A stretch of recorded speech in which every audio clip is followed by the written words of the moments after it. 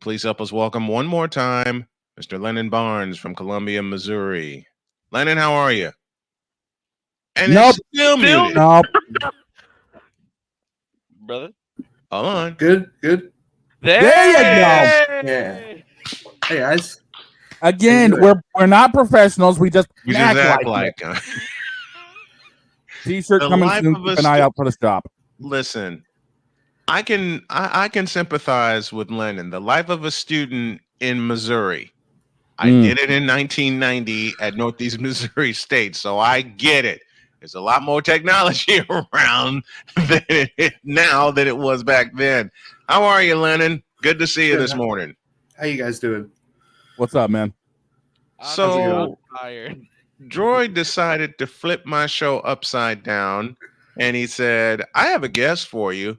Like, what? And he said, "He's a photographer at the University of Missouri." Okay, bring him on. Actually, no. My You wife know what he warned actually? No, I'll tell you me what he about actually flipping my did. He show said, upside down. "Shut No, I'm up." He said, "Shut up. You don't got that." I'm like, "Oh, trust me, I do. I really do." Oh, His name's Lennon. I've known him for a while now. Me and him are both Yeah. big fans of the Kansas City Pioneers.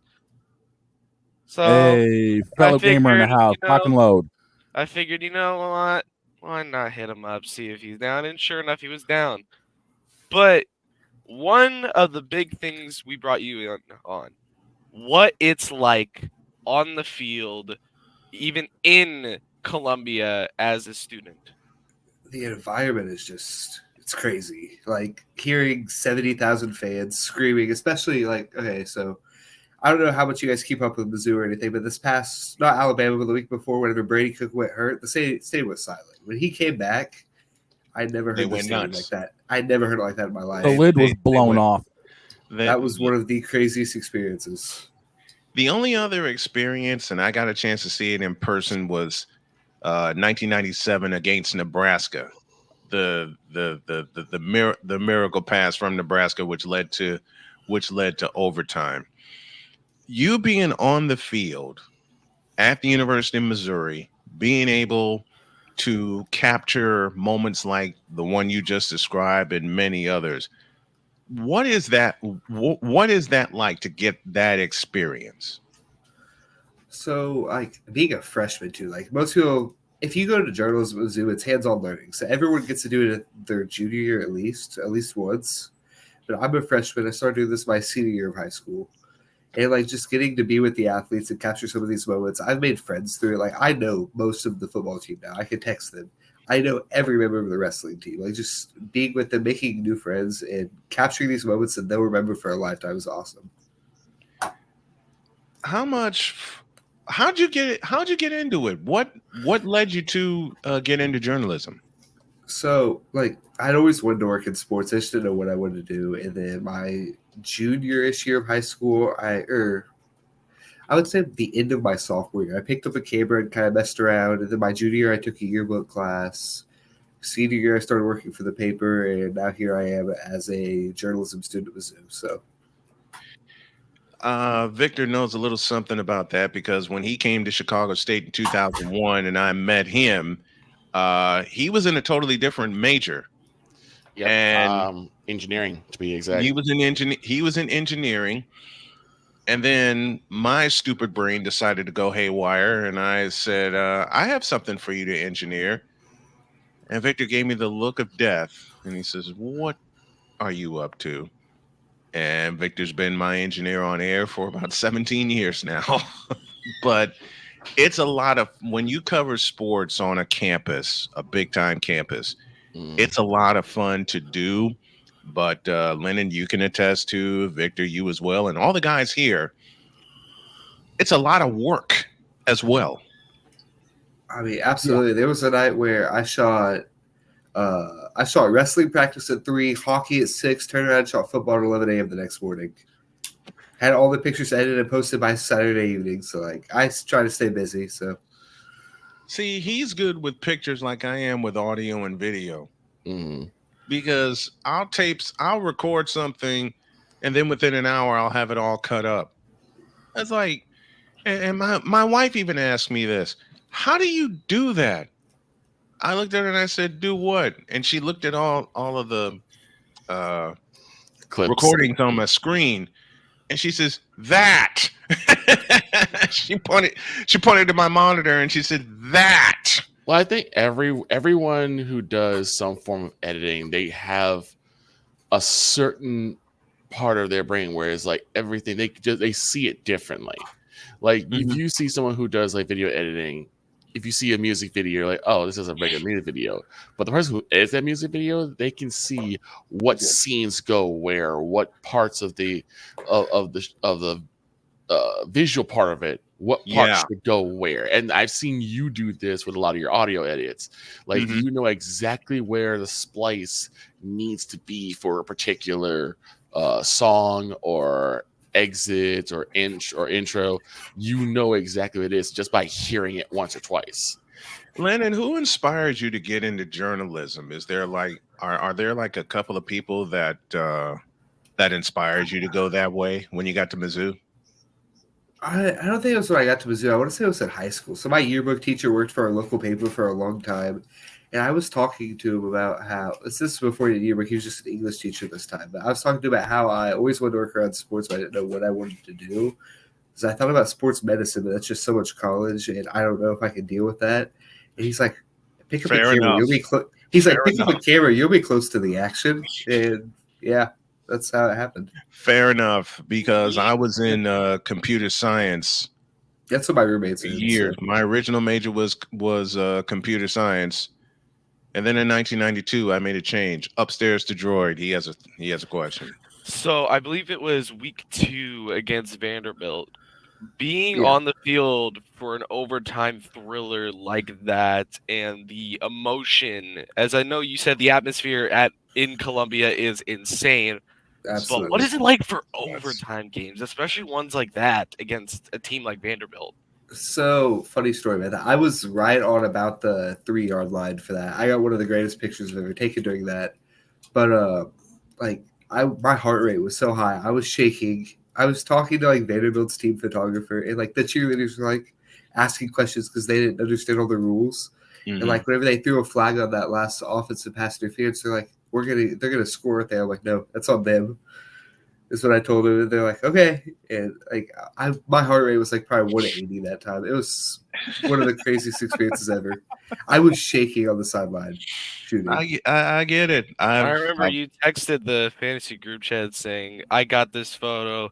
I could barely keep my hands stable." For the It entire was thing. rough, yeah. That's crazy, dude. But also, I noticed that you're really trying to, be photographers for, even big esports teams like Kansas City Pioneers. Yeah, I actually am doing some work with the Pioneers right now. So yeah, there you go. I actually noticed that. Was it Matt that convinced you, or was it it somebody was else? actually Sam. Sam Oh, Cool. Cooley. Yeah. Covering doing photography for esports. What is that like? That's a new experience that I'm getting into. But I want to learn more about it. So I know, like, the biggest thing with photos with that are whenever they're really, really focused are the emotions, because they do show a lot of emotion after big wins and big losses. High-fiving your we do. teammates, celebrating. Like, that's what I like to capture with that is emotions. Nice. Or the not so much of the actual players, but like the fans, the environment, stuff like that too. So So if I were to give you, like, let's go back to Worlds when we played Gen G in the elimination rounds, and we pulled off one of the biggest upsets, Oceania beating the NA for the first time in a long time, right after Power beat Gen G. What is like a specific moment you would have probably captured there? definitely the Pioneers' reaction, like the players' reactions, as soon as that match ended, whenever they all jumped up and hugged, that was probably a moment I would have captured. Or been Speaking of capturing a moment, here's Pumpkin, who randomly, whenever he's in the house, decides to hop in the chair with me. What was the most, besides the overtime game with Mizzou and Vanderbilt, what was the most insane moment you ever caught on camera? Oh man, that's a hard one. I would say probably like it wouldn't necessarily be insane, but like just some of the upsets at the college wrestling national championship this past year, like that was a crazy thing for me. Because I mean, I watched. So I'm from Mizzou, a big Mizzou guy, but this Keegan O'Toole was #1 ranked, 2-time national champion, lost to his rival, who they were like 5-5 against each other, lost to him in the semifinals. So that was a hard match, but it was a good one to capture. So I had two dreams come true when it comes to the Mizzou campus. I had a chance to see the Hearns Center when they hosted Kansas in the old Big 8 conference. And then I got to see it as a broadcaster for women's basketball when Mizzou hosted Chicago State a few years back. And walking into Mizzou Arena and just taking a look around and seeing the ribbon boards and the court, you'd get the new school feel, but you get a lot of the old school feel with it also. Do you not? absolutely, like especially this is a little off of that, but like the buildings on campus, they're designed old on the outside and new on the inside. So you feel like you're in an old school, which I mean you really are at Mizzou, but everything's pretty modern anymore. Mm-hmm.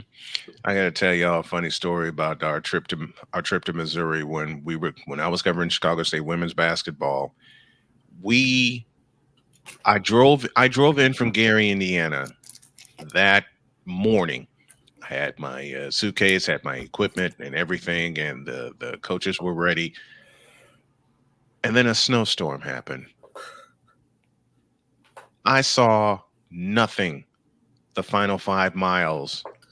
I'm going into Chicago. And Victor, you've driven up 94 with me. When a snowstorm happens, especially the lake effect snow, Yeah. it's not fun to drive in or drive through. No. Especially you have to remember, what was it, like 2011, when pretty much the entire lakeshore area was like a car graveyard because of the lake effect snow. And I nearly was in that. I was nearly in that graveyard, but there was a snowstorm coming in. We all went into the arena. We got packed up. We got ready. The buses came around. We're loading stuff in the snow. By the time we got to Columbia, some hours later, it was 61 degrees. And this is in January. That sounds like Missouri to me, Oh, honestly. It is, man.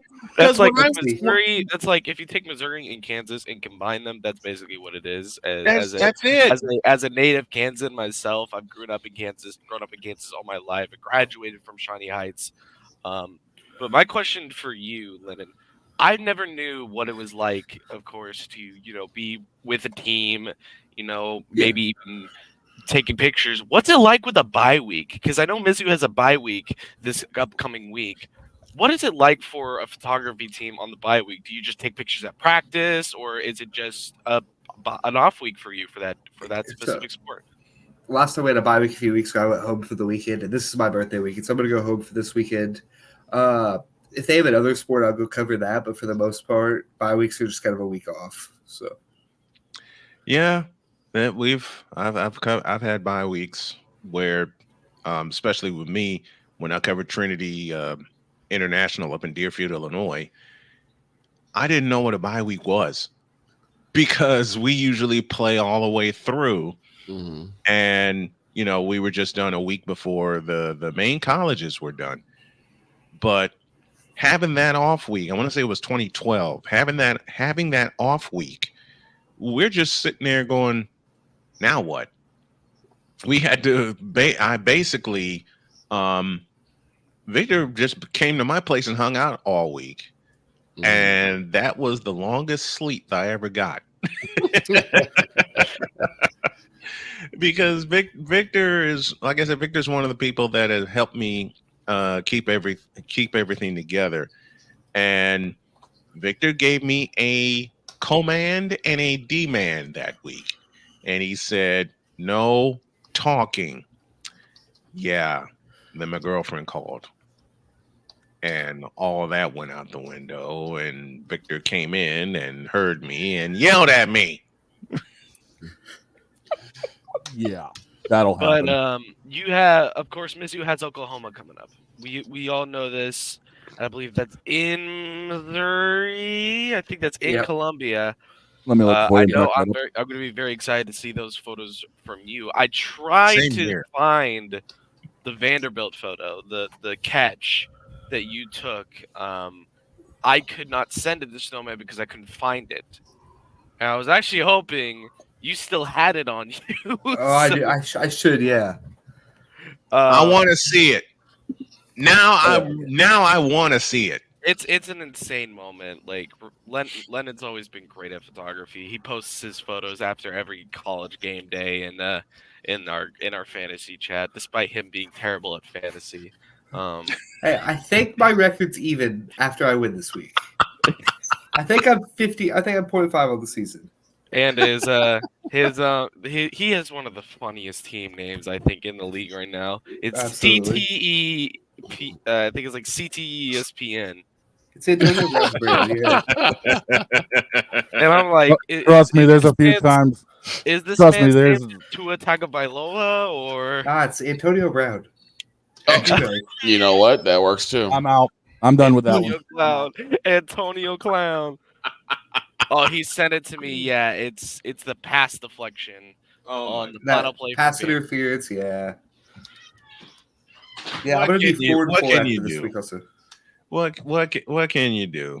Lennon Barnes, go ahead. To finish this off, the editing process. I know as a person who took photography back in high school for two straight years, I know the editing process can be a lot. But with such a high standard that a school, not only in the SEC, but a school just as high prestige as Mizzou, how long does it take for you to even edit one photo? So I go through and I highly in-depth edit one photo, which takes 10, 15 minutes. And then I copy my preset that I just edit and put it on all of them. And I go through and fine touch the other ones and crop them down and stuff. You know, I preset my first image. So I had a chance to work with a few photographers from the Chicago Bulls during their dynasty run, especially when they first opened the United Center. The flashes that you see going off when you look at a game, they're crazy. And I was in the United Center in '96 when the Bulls won it, beating Seattle, and all the flash bulbs that went off after MJ fell to the floor crying is something else. Last question: how long do you spend on pre-setup? Does it depend on the event that you're covering?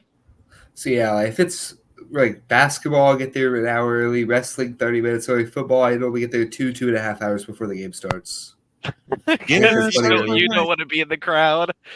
Yeah, sounds about. I get there plenty early. Yep, but I mean, sounds about right because these guys know my rule. 2 to 2.5 hours. I'm in studio prepping for a game call, and Victor has been with me as my engineer. And got to leave you with this one. There was one afternoon I overslept, and boy, Victor let me have it. Victor called me. I set my alarm, and I said, okay, I can steal another hour. I forgot to turn my phone on. Ooh. And paid for it because I look to my right and my phone is just going off the hook. And I picked up the phone and my voice sounded so raspy, and I said, hello. And Victor goes, where the bleep are you? What? Why aren't you in Chicago right now at UIC Pavilion? And I'm like, again, what? And then it dawned on me. There was a triple header that day. And the next sentence out of my mouth was, Victor, I'll be there in 45 minutes. Yeah, because you're already running late. We're supposed to be set up by now, man. Yeah, because I have nothing to work with. Right, because I had the equipment. Yeah, and when you get there and someone is not there, you are lost. You're like, Yep. okay. Yep. What do I do? Yep. Oh gosh. Joey, close this segment out if you would, sir. Ladies and gentlemen, that is Lennon Barnes. You can find him on Twitter at L3NNON _. I think it's 2 underscores. It is 2 underscores, yeah. And then you can find him on Instagram at lennon.ray.photography. Appreciate you coming on, man. I mean, it's always a pleasure to have guests on, but especially you, man, especially with our history together, especially in the trade books. Thank I you. appreciate you coming on. We thank you, Lennon. Thank you, brother, so much. Thank you. Thank you guys for having me. Good luck in classes today. I love you, Droid, for that. All Let's of our take a guests break. appear via the Invader Coffee guest line presented by Invader Coffee, fuel for the fearless. And the first hour of today's show is brought to you by BetUS.com. BetUS.com, where the game